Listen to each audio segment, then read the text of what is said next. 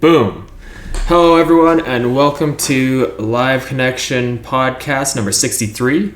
This morning I have Jack in the top over there and Grayden in the top over there, and my name is Jarrod. That's me. And how are you guys doing today? Well, other than you pointed to the wrong corner for where I was, I'm fine. Well, look on the podcast actual stream and you'll see that it's that way. My stream is the only one that matters. Well, then you better host the podcast next time, Grayden. Ooh, no, we don't have the internet for that. Not yet. You're stretching it, yeah. I'm doing well. I was just checking to make sure the audio was good, like my good friend Jarrod asked, and it is. So, nice. Well done. Thank you. Yeah, it's been a while since I've had to host this podcast. Our young Peter has, unfortunately left. He's left. He's left Live Connection for one day. It's a very sad day. Coil. Yeah. He died. Peter's fucking dead, everyone. Jack, I was trying to break it to them easy. I didn't want to destroy their hopes and dreams right away. Tragic. Asphyxiation. It's like a Band-Aid. If it takes a little skin with it, that's completely fine. It'll heal. Oh, man. Talking about healing. What do you guys think is going to happen? Because there's a lot of people right now, because the next-gen consoles, PlayStation finally announced their entirety of their new next-gen, right? They had that announcement show on the 16th, I think it was. And then they've officially come out with it. And people it actually surprised me, to be honest, because I saw Xbox came out with Series S, right? And there was quite a bit of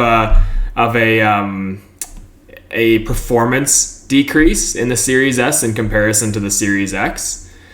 And PlayStation didn't do that. What they did is they just made one digital and one have a disk drive. Mm-hmm. People were mad about that. I don't know if you guys looked at a lot of their feedback. People were like, well, where's your cheaper version of your console kind of thing? And I was surprised. Because I thought it would have been the other way around. I thought people would have been like, well, why just not get rid of a disk drive and keep the system the same performance value, right? Or right. Replace, instead of having a disk drive, and place another hard drive inside to increase storage. Because people are looking at it, like you look at, they announced, it surprised me. I don't know if it shocked you guys, but it definitely surprised me on their reaction to that. I thought it would be a little bit different, at least. Yeah, I mean, I don't know. I did not keep up with any of the reactions to anything like that. I'll tell you one thing. I was in bed at 3 a.m. last night trying to go to sleep, and I was like, oh my god, they announced the new God of War game? Yeah. It's like, oh, well, time to get a PlayStation. They're launching, I was gonna actually look up right now, because they've now have quite a few launch titles for PlayStation. I'm not actually sure all the launch titles for each console is right now. I just know that PlayStation has 10, I think, launch titles for their console. God of War being among them, I think. Yeah. Spider-Man is up here. The Hogwarts game that they're announcing. Yeah, the new Harry Potter game. Yeah. Hogwarts. So Ratchet and Clank. Mm-hmm. It's tough. I'm torn between, to be honest. I like the games they've announced for both right now. But again, Xbox has, the thing that pisses me off is I would totally, honestly, flat out, I would probably get a PlayStation, but the fact that I can't play any of my PlayStation 3 games that I have literally lined up across the top of my shelf here and my PlayStation 2 games kind of irritates me a little bit. I feel like it's not that hard to go backwards compatible on games. It's more of a software thing from my understanding, just to incorporate an extra bit of software. But I just don't understand it, because that's one of the reasons I'm going for the Xbox Series X, is because all these games I have here, I can play on it. I don't have to even think about it. I just know I can play on my console. So I that's the only thing keeping me right now truly from going right to Series X. It's tough for me because I I never see the value of excuse me, buying a console on like console release year. It's always good to wait a little while, I find. It's like the games I want to play aren't going anywhere. Yeah. In fact, it's basically just a waste of money for me at this point because I'm not playing video games anyways in my spare time. Yeah. Like I got so many other fish to fry in my life that it's like, wow, I would be absolutely overwhelmed if I spent $500 on a new console and then a bunch of games and then they sat in my basement collecting dust. Well, how many? I think all three of us have been guilty of buying games and just having them sit in our library unplayed. So, Absolutely. like the only reason I'd even think about getting a new console is because, as you guys saw, my console has decided to start doing the Peter thing, and it started to shut down because it's overheating, even though I put my hand on it and it's like colder than the table it's sitting on. So I hope it was just like maybe a one-time thing with it, like that day it was just having a fit. But as long as my Xbox is running, I'm not gonna upgrade right away. I also don't like to upgrade to the first gen like within that first while, just because I find that a lot of the kinks get worked out eventually, and usually consoles on launch have kinks that they need to fix. Don't kink shit in the consoles. Dirty consoles. Yeah, those dirty consoles. But I don't know. The only game that I like. Cyberpunk looks really good. Assassin's Creed Valhalla looks really good. I'm just looking at the list. They don't have a lot of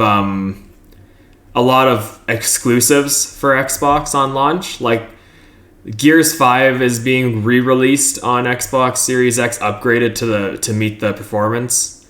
And then what do they have here? Because Yakuza's on both consoles, right? That's cross-platform. I thought Yakuza was only a PlayStation game. It's Yakuza Like a Dragon is coming to Xbox Series X on launch. Like a Dragon. I think I'm not sure. Yeah, I'm looking at this and I don't see a lot of games that are exclusive to Xbox. You got Halo. Is it? It's not even on the list here that I'm looking at. I mean, Halo's never been on PS, so... No, but I'm talking about launch titles, not... Yeah, Halo's still launch title, I'm pretty sure, isn't it? It's not on the... supposed to be, but they got delayed, that's right. Because people saw the gameplay footage and they were like, hey guys, this looks like dog shit. So they were like, alright, well, we gotta give the fans what they want. Back to the drawing board. Yep. Yeah, it's like a Sonic movie. I mean, I still have so many games to play, and I guarantee you I'm not going to finish BioShock Infinite, Resident Evil 7, and there was one other one I was going to play in there. But I guess if Mass Effect, the new trilogy remastered, which is a topic that I want to talk about, comes out, I'm definitely not going to finish all of that by the time November 10th comes around. So is that not for next gen too? No, they're doing it for PS4 and Xbox One. Weird. I think it's because I think it's because it's a October release for them. EA was doing the rumor is that EA is doing 2 releases. They're doing Squadrons, and they're also gonna do the remaster. But you also got to look at Grayden. It's a remaster, so it's not gonna be like, I'm already hesitant. I don't know if they've actually done much to it, because usually remasters are just a few things are touched up here and there or added. But they don't do a lot of things like with the remake of Resident Evil 2 where they did like a full overhaul of the game and made it essentially a new game. So I don't think you're going to see the same... I don't think it matters because it's backwards compatible. So it doesn't really matter if they release that in October. It doesn't really matter if they release it as an Xbox Series X title. It's an everything title. But either way, for me, I still have so many games that I could play on my Xbox One as long as it doesn't implode on me here before I buy the next gen console, because I'm with Jack. Like, that's a lot of money. I will get it eventually because I like the new, as they upgrade technology and graphics and stuff. It's always fun. And eventually, they'll have games that are, I mean, they already are going to have games that are just Xbox Series X exclusives and are like next gen exclusives. But for the most part right now, they've said, isn't it like 2 years? They're having it's 2 years of where they're making games for both, or is that just I have no idea. I'm not sure. But yeah, I don't know. I'm kind of with Jack on that one. I don't know if I'm gonna. I don't. Unless something happens to this one, I'm not getting it on launch. That's. Well, like normally I'm the same, but due to COVID and some extraordinary circumstances, I'm becoming into a little bit of a severance money. Right around the time these consoles are coming out. So, I don't know. I've been thinking about it more than I probably should be, and now I'm just caught in the middle between. I've always been an Xbox guy. They got the Game Pass thing. The PS5 is all kinds of like exclusives I want to play. Yeah, that's tough for sure. That Harry Potter one actually really grabbed my attention. The one thing that I'm actually holding on to with it is that Sony said they're going to start porting to PC. So I'm kind of looking at that as like a way to go about playing games for that, or playing those games. Because I know they're not doing. I think it's like they release a game, it's released for like a year, and then they're putting it on PC afterwards. I think that's how they're doing it, just to drive people to console first. I'd have to look into it again. Don't take my word for that one. But I swear I heard somewhere that they're going to start putting PS4 exclusives on PC. I was almost certain I heard something about that. I'll just double check my facts here before I just start spieling information that I have no clue. It seems kind of silly on Sony's part. Well, they're making their consoles obsolete if they do that. There was a good point they were talking. I was watching. I was reading an article the other day about the console wars and how the console wars as we knew it when we were growing up is no longer really a thing. Like, it's changed, right? Because both consoles, like, at that point, consoles were going for exclusives. That was the console war. Which console had the best exclusives? Now that they're kind of going in different directions, like PlayStation doesn't really care about the PlayStation Plus system. They even said that they're not doing a service like Game Pass. They outright were just like, it doesn't make enough money for us. These games cost millions of dollars to make, so why are we putting them on a streaming service for next to nothing? And then Xbox is the opposite, where they're like, no, we're gonna focus on Game Pass. Like, a lot of titles are launching on Game Pass. So it's not really, you can't really compare them because they're going in two very different directions with how they want to go about their consoles. And I think that's also why Xbox doesn't have as many big name exclusives right now on launch, because they're focusing on just getting everything porting properly and all that. It's interesting to see how that's working out for them. Like, I'd be curious to see who sells more, to be honest. Like, the exclusives, I will say, I mean, I don't think this is a argument. The exclusives on PlayStation right now are still looking way better. Like, period. Like, there's way more exclusives on PlayStation that I'm drawn to. I looked at the trailer for that Harry Potter RPG, and it looks fucking sick. Like, that game looks cool. That's look pretty cool. Like, I like the idea that it's Harry Potter, but you're not Harry Potter like all the other games. You're literally creating your own adventure at Hogwarts. Like, it's an RPG. It's really interesting. I'm curious. I didn't even see who's developing it. I was so interested in just watching the video, I completely ignored to look or forgot to look who is developing it.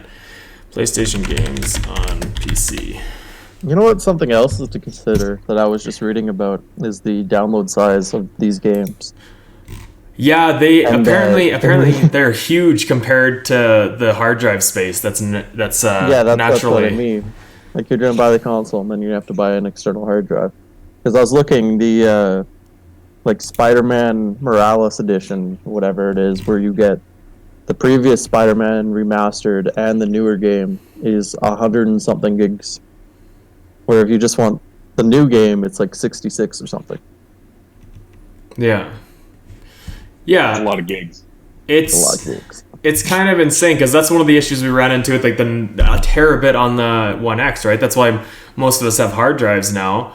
Is like, these games are huge. Like, it's enormous. I mean, look at Call of Duty. They release a 55 gigabyte update every single time they update their goddamn game. So it's crazy. Just to double back quickly before we move on, I'll rephrase what I said. Sony's porting some of their games. They said that they want to stay open to the PC world, but they don't want to have everything over there. So some of their PlayStation exclusives are going to go to PC, but it won't be on launch. It's again, a down the road thing where when they see fit, that's literally how they word it. Is they're like, when we see fit, we will port to PC certain games. Like a good example would be Horizon Zero Dawn is a PlayStation exclusive, but they did port it to PC. But yeah, no, the storage space is crazy small for what they're getting. Like, I mean, last week we talked about Xbox and their storage, their external storage card you can put in for a terabit of extra space. Right. Yeah. I think that's a fine idea because I mean you're already getting your inherent terabit with Xbox, and those storage cards are small. Like, I don't know if you guys have actually looked at what they are, but they're a terabit space, but they're probably like maybe like that big. Mm-hmm. And you basically slide them into the slot and then you can remove them. So instead of having like one big bulky thing, like right now I have like 2 cables coming from my terabit hard drive all over the place. I could have a little like nice case for these cards of terabits and just like switch out the cards when I want to play different games instead of using like a cord. Not that I'm not going to use this. Now that I have this, I'm going to use it, of course, but just going forward, like it seems like a nice compact way to do it instead of having a bunch of extra things around the console, right? Yeah. So I don't know. I hope PlayStation comes out with a good option for that, but as of right now, it's just, yeah, you could download, it's like, what, it's 875 gigabytes of storage on PlayStation or something like that. I'm not sure. I think it's just shy of a terabyte. That's Okay. what I was reading. So you're looking at that. If everything's 50 gigabytes, you're looking at like 10 games roughly. No. Yes. I don't know. No. I'm gonna check your math. It just seems like it's I don't know. With the size of games I feel like storage space needs to be a bigger thing. Mm-hmm. Like, especially when games are needing to perform at certain standards, and now you will most likely need solid state drives to run some of this stuff with their external hard drives, right? Like, if you have a high performance game, it's going to be needing to be transferring fast, right? And some hard drives, I don't even know if ours, Grayden, that we have is an SSD. I don't know if it's fast, if it's that fast. I don't think it is either. You know what? Actually, now that you bring that up, that's another thing that I read in this article was that you need that to be able to keep up with the PS5. It is the one that I was reading about. I don't know about Xbox, but like you need to meet certain minimum requirements with this external hard drive to even have it compatible with the PS5. Yeah, and the fact that those cards that Xbox is releasing as SSD, I'm gonna say, and the fact that they both have pretty similar specs. They're just focused a little bit different in different areas. I'd say then it's most likely the same case for Xbox. I'm sure if you ported, like, if you were playing your old Xbox games, like say on my old terabit hard drive, I have all my old Xbox games, and then on my newer hard drives, I have my new games. It should work fine because the old games will still run and use the same amount of data. But I don't know. I just don't know. It's tough for them, right? Because it's like you got to focus on certain things, and the biggest focus for most of these companies is performance, right? It's not so much storage space or anything like that. Like people want to see games run really well, look pretty, and play fun. Whereas storage space comes kind of second. It's more of that inconvenience afterwards that you look at and you're like, shit. Mm-hmm. Right? So I don't know. Here it is. Here,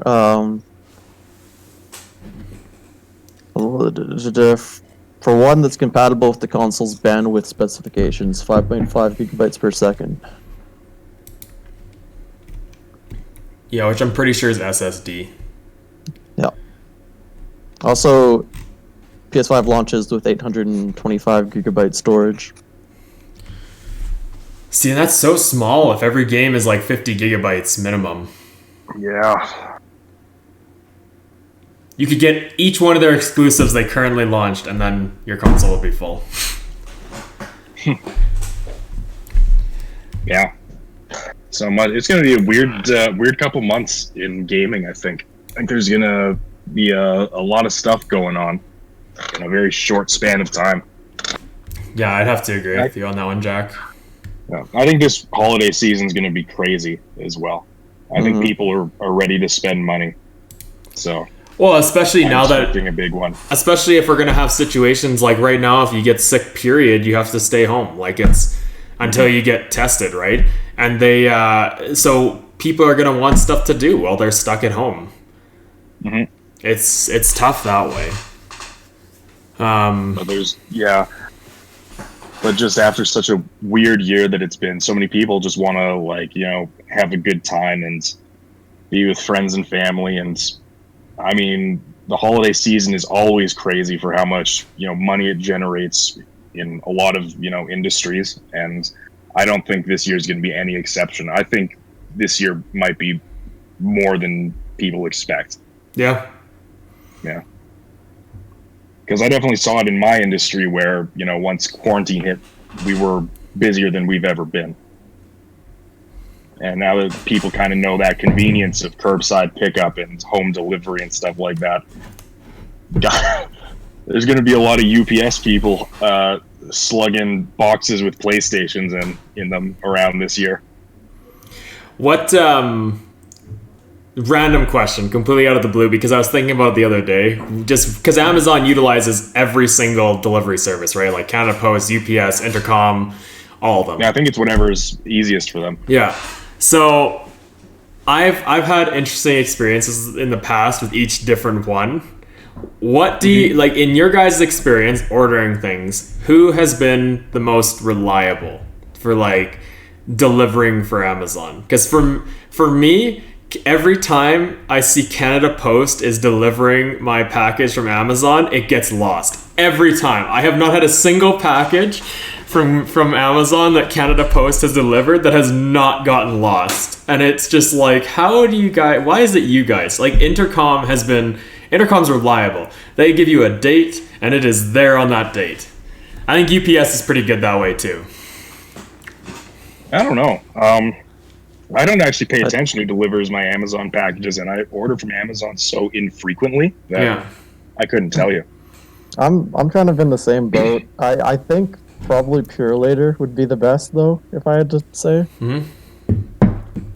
No, it's funny. I've only had them deliver twice because they'll give you a tracking number and so I'll use it. One was for this this chair. They sent it from a different distributor and used a different delivery service the second time they sent it.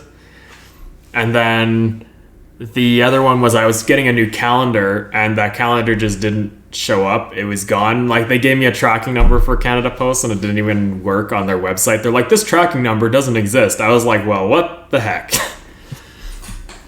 Tell us when they're fiber optic. Yeah, doesn't exist.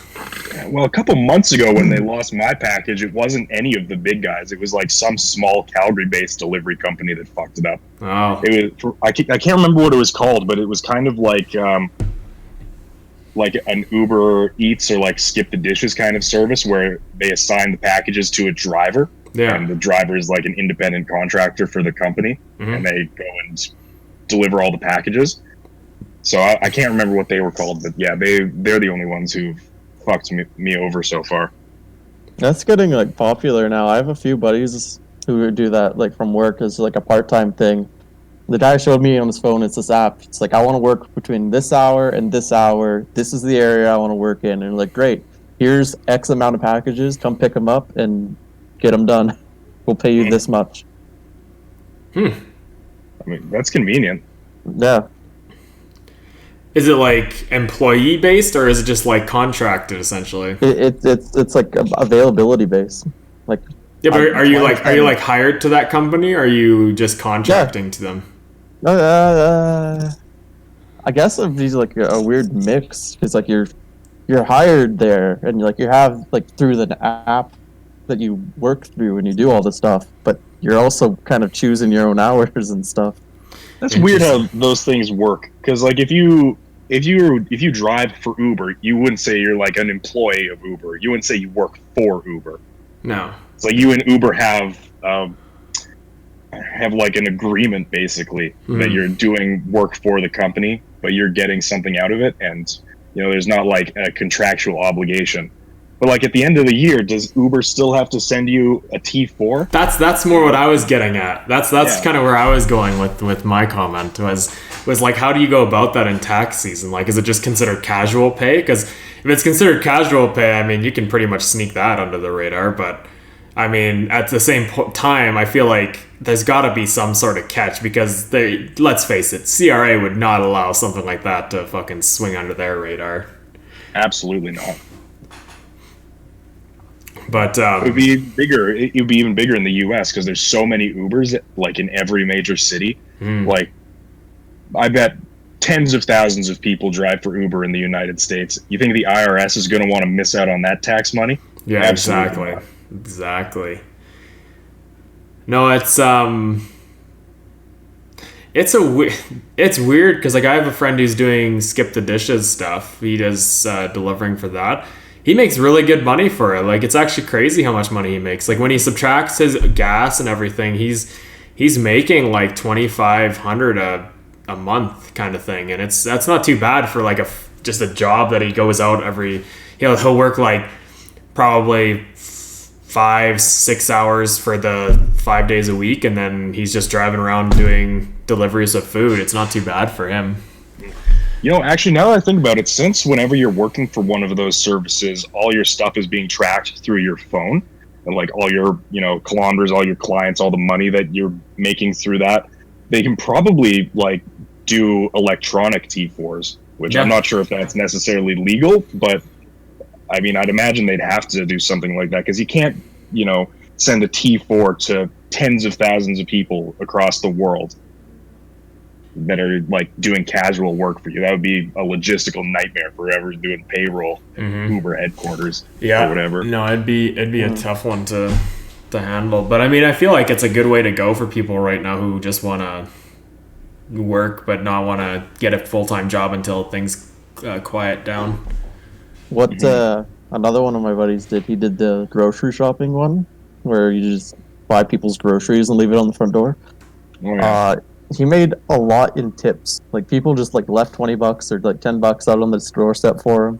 Like, apparently he was making bank, not even so working there, but just in the like tips that people gave him. Well, that's what it comes down to, right? Like, that's why people who do skip the dishes make so much money too, is through tips. Because I mean, most of those apps drive you for tips anyways. Like, they'll be like, "Hey, tip this much" or whatever. And it's rare. Like, I feel like you'd have to be a real piece of shit not to tip, period, for someone delivering in one of those services. Like, they're usually really good. Like, they're pretty on time with things. I mean, Peter's house is kind of a weird address, as we've all known, ordering skip the dishes for. So we basically have to hang outside the door and wave our arms around to get them to come to the right door. But no, it's definitely through tips. It's like serving, right? Like, when I bartended, my money didn't come from the hourly I was paid. It was 100% came from tips I made. The issue I found with that is that, like, it was okay consistency wise, but those jobs that rely on tips, you can't budget with them, because you can't rely on people tipping you every time, right? Like, especially nowadays, when I know the younger generation don't like to tip very much because they're confused, but then also the old generation don't like to tip either, because they never had to before, right? It was always just you were paid as an employee to work there and serve food. So it's interesting. Like, that was at least my experience when I was in the serving industry. But no, I don't know. I feel like it's a decent way to do it. If you just need some quick money, it's a good way to go about it. For sure. Yeah, I mean, service industry is never going to be like the most reliable way to make a ton of money. If you're like a career waiter or something like that, you work at a decent restaurant, they're probably paying you a decent hourly wage, so you can budget around that. Plus, you're getting tips. Yeah. But then, you're often breaking the tips up between all of the staff. So it's getting split between the kitchen and the wait staff as well. Yeah. Supposedly, I mean, a lot of the time, wait staff will just pocket any, cash tips. Yeah. Almost all the time, cash tips get pocketed. we always, I mean, in our industry, we always joke that, you know, the cooks and the chefs are doing the hardest job in the restaurants, and they're making the least amount of money just because all the people on the floor interfacing with the customers are the ones that are, you know, collecting the money and, you know, making the tips and stuff like that. But yeah, it's weird. But yeah, serving is definitely not always a reliable way to make money, but Yeah. you can make good money there potentially.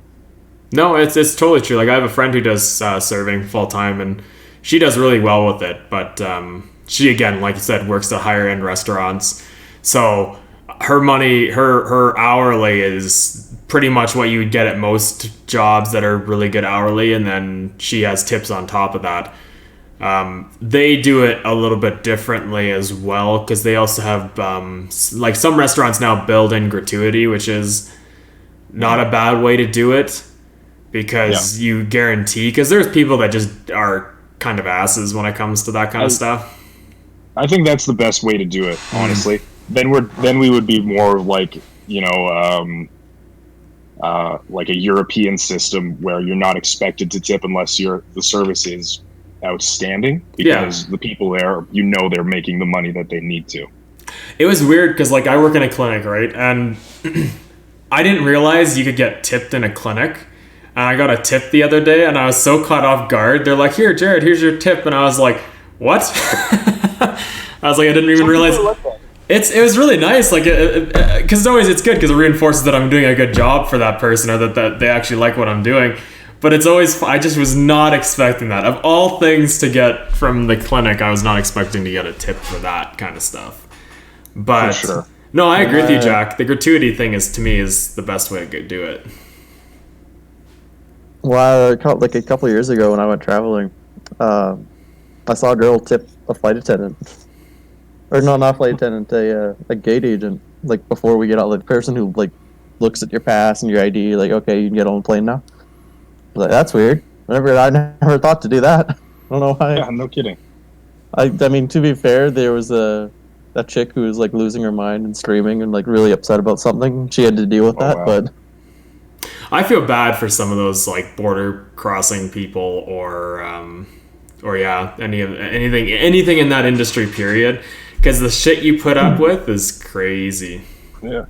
Grayden, have you ever been tipped in the time that you worked construction or at the airport? Have you ever gotten tips? good construction, absolutely not. I got the tip to not eat yellow snow and shit like that, but no, nowhere.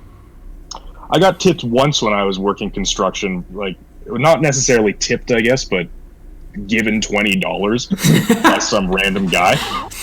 And I've been tipped a few times at my current job, but nothing substantial. In the 6 years I've been doing it, I've maybe made like $150-ish in tips. Do you guys do tasting events, don't you, Jack? Well, not this year. Okay, fair enough. But like in a general year, you guys would do tasting events, right?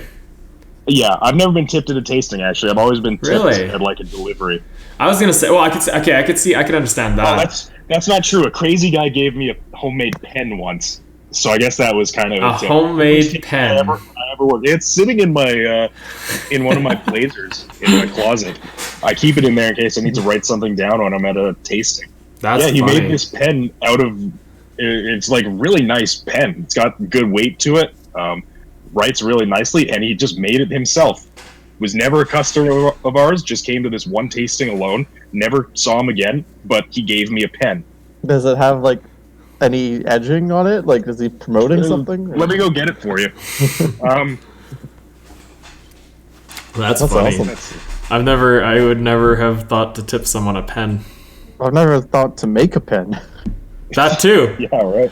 I don't know what goes into that. How do you make a pen? That sounds like a lot of work for something like Just that. to give it away. Yeah. I'd hold on to that pen for dear life. You'd have to pry it from my cold, dead hands. So this is a nice pen. Like, you can't really see it, but it's like a nice wood material. And then look at this thing that, puts the tip out. Oh, And that it's is like, nice. like, it's a Jeez. nice pen. That is a And nice this guy pen. was just like, I make pens. Here's a pen. Thanks for giving me all this information about wine. I was like, okay, cool. Shit. I got a pen. One time I got tipped some free dessert tokens to the Bavarian Inn when the guys from the Bavarian Inn came to pick up some wine. I was like, okay. And I never used them because I never went to the Bavarian Inn for dinner. Yeah. And then, the one time when I was working construction, some guy like at the edge of this site waved me over and he was like, I've got all this loam and the dump nearby is closed. Can I just dump it here in your construction site? I was like, let me go ask my foreman. So I asked my foreman. My foreman was like, no, but there's a place he can dump it down the road. And I was like, hey, you can dump that down the road. And then he was like, cool, here's $20. It's like, oh, thanks. Man, I wish I could just give away $20 just for the shits and giggles of giving away $20. Yeah. That'd be ideal. I think I bought a 6-pack or something like that. Nice. I just looked it up, by the way. It takes about 2 hours to make a pen. That guy poured 2 hours of his time to give to you. I feel like that's wood, though. He like whittled that piece of wood. I think he like did like work this down and then like do some work to it and like put a lacquer or something on it. I mean, it's still kind of rough. There's definitely some variations. It's not like a completely finished piece of wood, but it is nice. It's been sitting in my closet for months. I hope it's still good. Oh yeah, she still goes. She still goes, boys. The pen lives. The pen lives. That's pretty funny. That's pretty insane.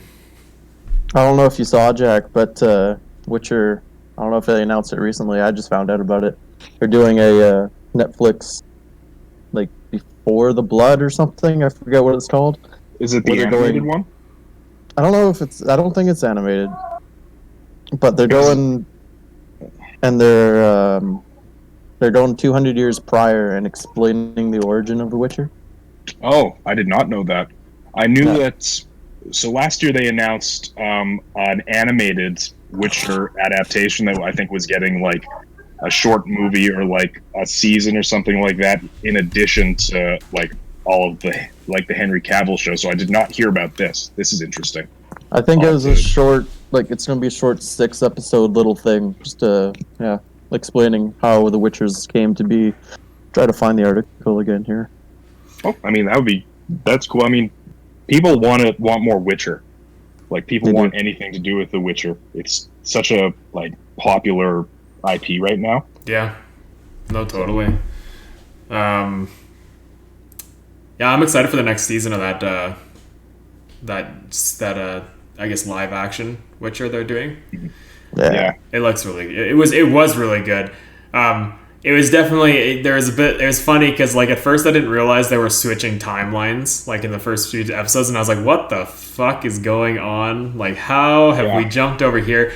And then after, like, obviously then I caught on to it, but no, they did a good job of it. I'm excited. And the origin of The Witcher would be a neat one to watch. That'd be really cool to watch.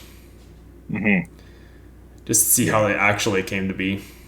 Yeah, the first couple episodes were, like, even I was like, what's going on? And then I realized that they were, like, hopping around between different parts of the novels. I was like, oh, okay. Now it makes perfect sense. I'm super excited for the second season of The Mandalorian coming out. Like, it looks like it's... I watched the trailer of it, and it looked really good so far. I mean, I'm not surprised. They did a really good job with season 1, so I had pretty good high hopes for season 2. Apparently, season 2 is supposed to be a little more action-packed, though. Like, season 1 was more of, like, the set the scene, get to know the Mandalorian, and get to know Baby Yoda and the other characters. And now they're going off with it. It's also supposed to be, I was reading an article that it's supposed to be the most adventurous one, because, like, most Star Wars movies have gone to the same locations repeatedly. They just kind of revisit them in different time periods. And now they're supposed to be, I think they're saying the Mandalorian's supposed to jump to a bunch of planets that are mentioned in, like, the lore, mentioned in some of the books, mentioned in some of the games. So it's going to be a little more, it's going to be able to reach, a wider audience of knowing what these places are now, because you have a bunch of people that play the games and read the books and all that stuff that, it's it's great going to Mos Eisley 17 million times, but let's go somewhere else instead. That's a interesting planet. But sure. I'm excited for that one coming out as well. But, what did you think of the trailer? For the Mandalorian? Yeah. I thought it was good. He seems like he's becoming more like what the Mandalorians were known as, were badass fighters. Like I found in the first season, the first episode, he seemed badass, and the rest of it was just kind of like, man, you are getting your ass fucking handed to you on a platter. I sometimes kind of like that when the hero gets their ass kicked a little bit. It's true, but it was like when you look at the Mandalorian lore, they're supposed to be these elite fighters, like to the point where they could battle Jedi, which at the time when Jedi were actually still combat focused, not just like in the movies, right? The Jedi are no longer super combat focused. Mace Windu is the only Jedi that is necessarily combat focused when it comes to his actual abilities. That's why he was able to take down the Emperor in his time. But, I mean, obviously he didn't take him down because that whole shit happened. But Spoilers. Yeah. But, no, I agree. I like they showed some vulnerability. I'd like to see a little bit of more of a mix, though. Because I found like there wasn't really any time that he seemed super insanely badass. But since we got that scene in Mos Eisley, do you think it means we're gonna get an Obi-Wan cameo this season? It'd be nice to see that. That'd be pretty cool. If we saw Ewan McGregor as like an older Obi-Wan. Yeah, no. Because we know that he's getting his own series. I'm so excited for that. They said, isn't it supposed to be? It's like one season, but it's gonna be discussing things like it's gonna be discussing what happened after the whole Mustafar situation when he went to Tatooine. So I'm super excited to see that one. He's still one of my favorite Jedis. Like even reading all the books and stuff, he's still one of my favorite Jedis just based on who he like his character and his abilities all together. It's pretty awesome. Yeah. No, it was it's gonna be interesting. I'm happy Disney has it. I just hope that they go with the quality of the TV shows. And take their time with movies. I think they went overboard a little bit. I think they needed to space them out a little bit more and take time to truly develop the stories. Like, a movie once a year was pretty ambitious. Yeah. I think they should have spaced it out. I think they could have made better movies out of the new trilogy if they had just taken their time to develop its own story instead of basically copying, pasting, and then adjusting some things for the new story. Can I just ask, sorry to take away from this, but like Mulan just came out. Yep. And it's on Disney Plus. But you still have to pay $30 if you want to watch it. So they're essentially How do you feel about that? They're essentially doing what Shaw does, right? Like it's Crave TV. You can get it on Shaw Video on Demand, but eventually it'll come out on Crave TV, who's owned by Shaw. I think Disney makes enough money in their life that they didn't have to do that, but I also take in consideration that I doubt that if they didn't do this, they would pay the people who like acted in the movie and helped with the production of it. I feel like they pay them like shit if they didn't charge for it. I think all those people are already paid. True, but it's stupid. I think Disney could have afforded to just have it streaming, especially nowadays, like right now during these times, and they could have just had a. My thing is that you're already paying for the service. Yeah, and like we discussed this a couple months ago because, as stupid as it sounds, the new Trolls movie, they released it on streaming services during the pandemic, during quarantine. And it became like the #1 movie in the world. Like it was, people were like, "Oh my god! Like maybe we don't need movie theaters in like the box office to like make movies that are crazy because everyone with their kids, loved this new Trolls movie or whatever, and they didn't have to pay anything for it." And then Disney was like, perhaps we can bank upon this success as well. Pay us $30 to watch our stupid live-action remake of a cherished classic, please.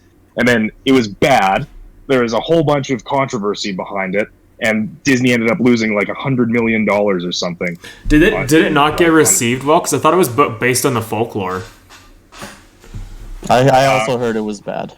Yeah, I've heard nothing but bad things about it. Because I know people were mad that Mushu wasn't in it, but Mushu was also not a part of the original folklore. Yeah.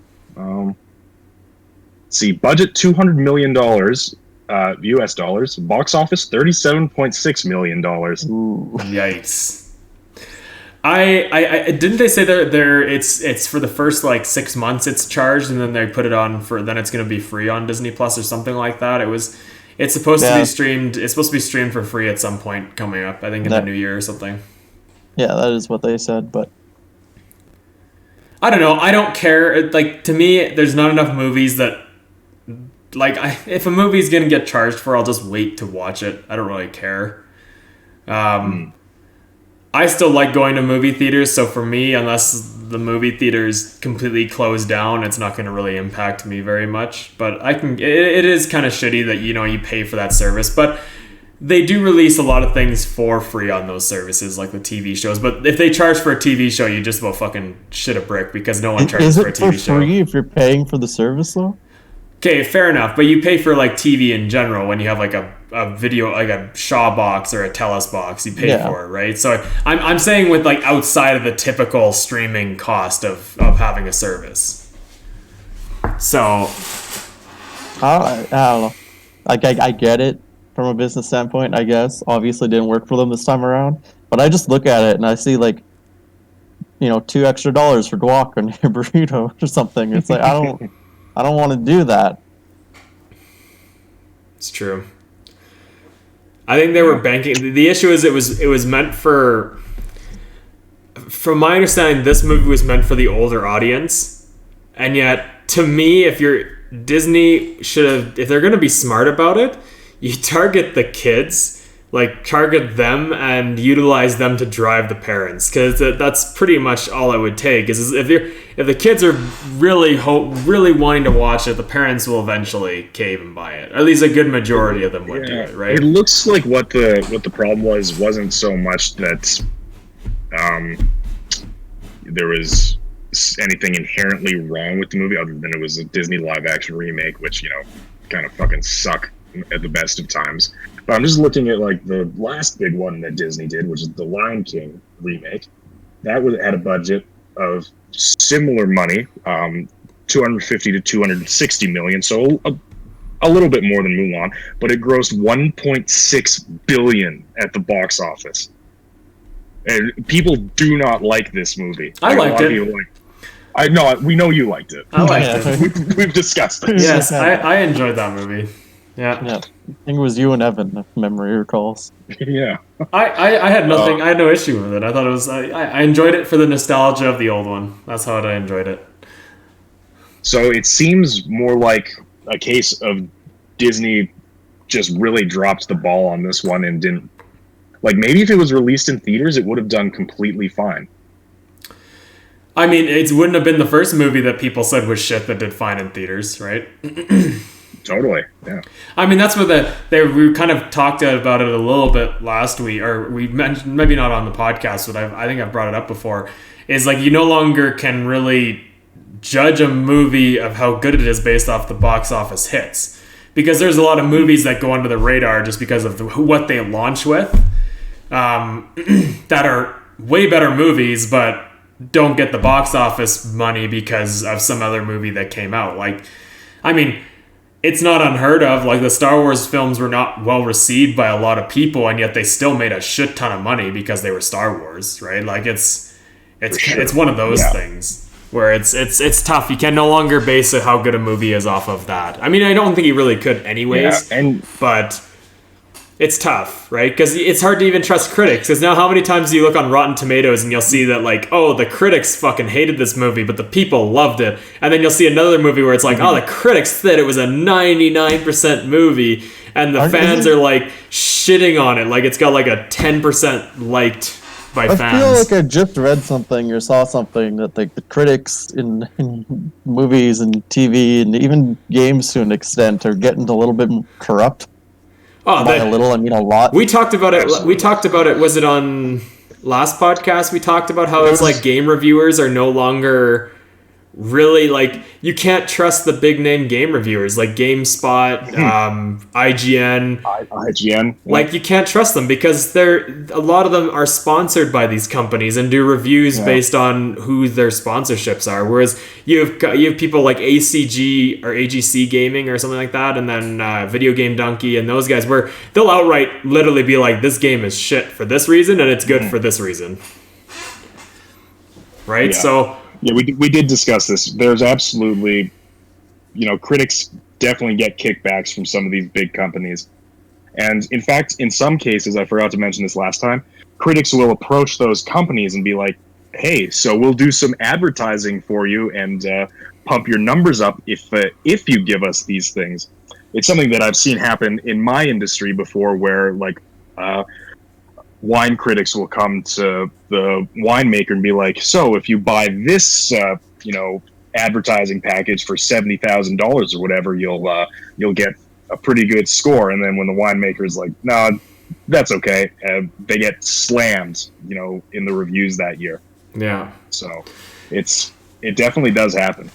It's almost to the point where it's like you need a new, almost a new big review company, like a company that just is not going to take shit from companies. They're literally going to be down. It'd be tough to say how they would do like financially, because a lot of these review companies are still in, like IGN is literally only in business because the gaming companies give them enough money to stay in business. Like they do not have a good fan following, period. Like you ask most people and they'll laugh at the idea of IGN giving a good review. Yeah. But then you look at like you have those individual guys, like they do really good. And I think if you had someone start a company that was back to the roots, like Video Game Donkey style reviews, or again some of those individual companies that are a little bit smaller on YouTube but are big enough that they have, like I say smaller in context of YouTube views, where it's like they still have like 500,000 subscribers or whatever, but they don't have anything near what GameSpot has or IGN. But if you had one of those companies really take root and get really well known, you'd almost destroy a lot of these companies. Like the game developers, you'd have game developers at your doorstep. The fans would be your money. Like the more you gain the fans' trust, that's where you'll gain your money from. It'll switch, because right now those companies make their money from the game developers, and if you made a company that made the money from the fans, it would switch. Yeah. But it's tough too, because the game industry is so toxic when it comes to fans. There's another big issue that Donkey points out in some of his critic videos, that the big companies, they get their codes to play the games sometimes 2 or 3 weeks in advance, right? So they don't have to rush to get their reviews out. They have a lot of time to play the games and then review them, which smaller guys don't have. Even if you're getting an early access code, you're not getting the same amount of time that the big publications are getting. So once that game goes live, you gotta buzz through it really quickly, get everything edited and put together. And even if you somehow manage to have a team behind you to do that in a day or something like that, it's basically impossible for you to beat guys like IGN and Polygon and these big names that are getting their reviews out 2 or 3 days before the game even launches. I mean, even the few reviews that I've attempted on Live Connection, I didn't even get to enjoy the game. For Outer Worlds, I didn't even have a chance to enjoy the game. I was like, I gotta fucking book it through this game, do as much as I can in the game, but do it fast. Mm-hmm. So it is tough. That is a tough thing right now, where it's like they get theirs, but I don't know. It's so shitty, because it was nice back in the day having a company like IGN where you could literally go on and see a really well-developed video, and then actually get a decent idea of how the game was.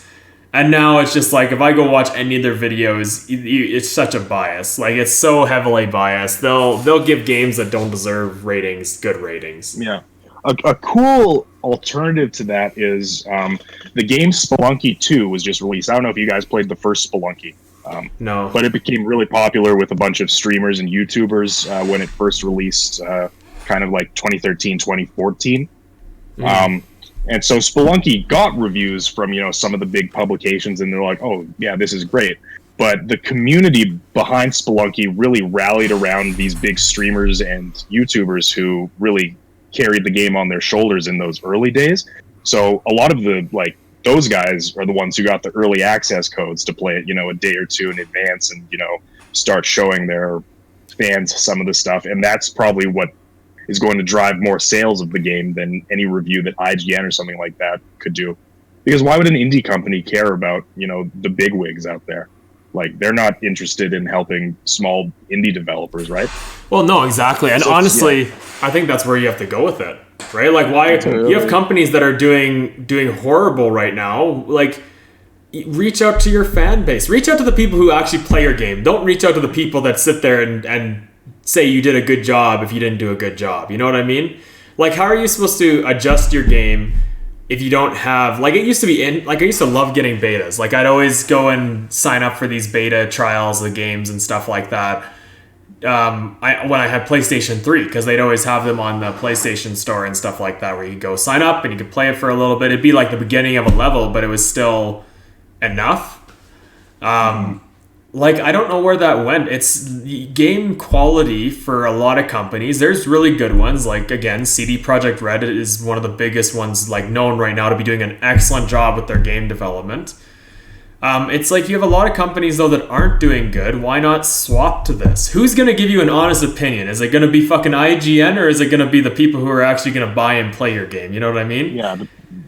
What people, I think, are starting to realize, and this doesn't just apply to video games, it applies to basically any market where consumers are involved. The power is so much in the hands of the consumers, and for a long time, consumers haven't realized that. When we say, like, speak with your wallet, we absolutely can actually do that. It's just a matter of, getting everyone behind there. CD Projekt Red is doing so well because they give a shit about their fans and their fan base and the people who play their games. Yeah. Hollow Knight, Team Cherry, they didn't get any massive press release when their game first launched, but once it got console ports and once people started playing, it's like, yo, this is one of the best games of the year.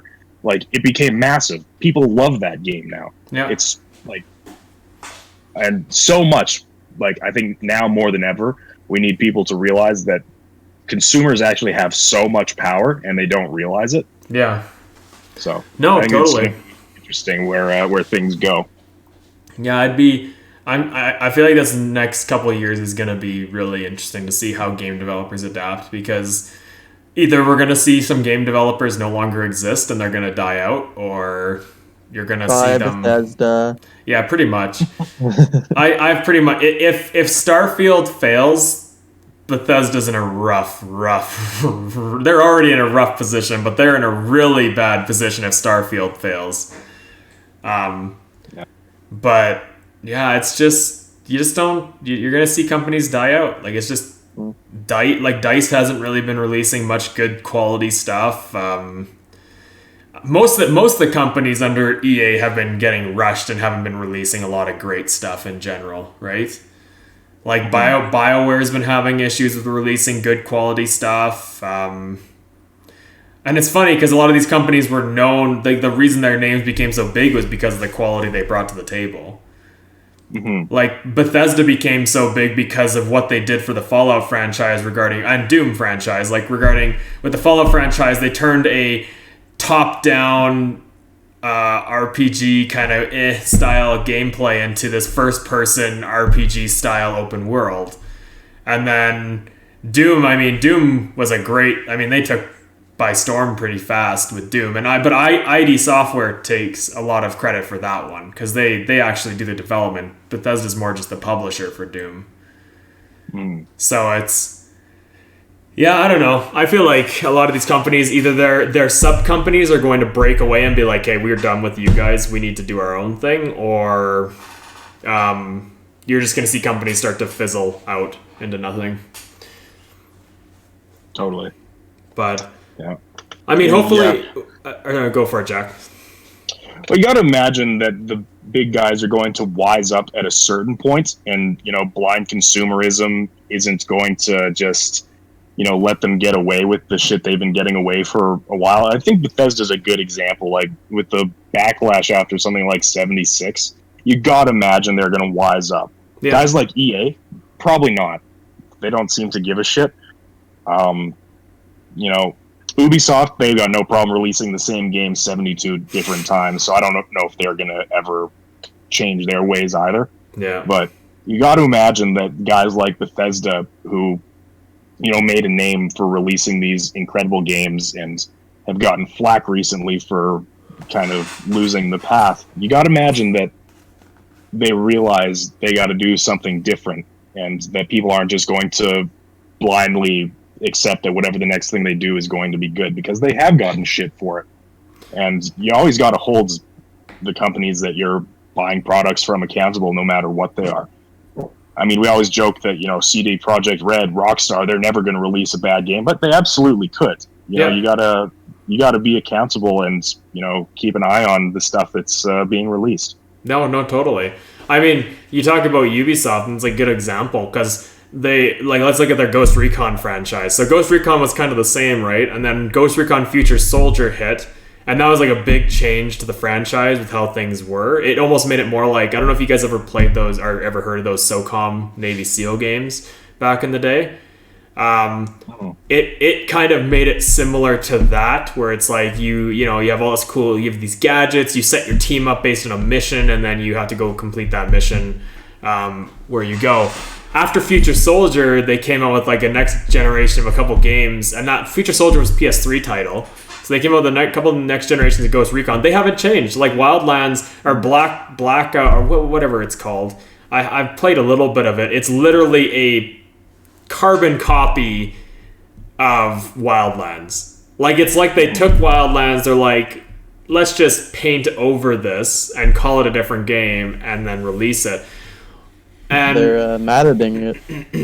Yeah, exactly. But I mean, like it's tough to see. Like, I'm hoping with BioWare in the next year, because I really like BioWare as like their previous games, with the exception of Anthem. I shouldn't even say that. I've never played Anthem. I'm basing all my assumptions off of what everyone else has said about Anthem.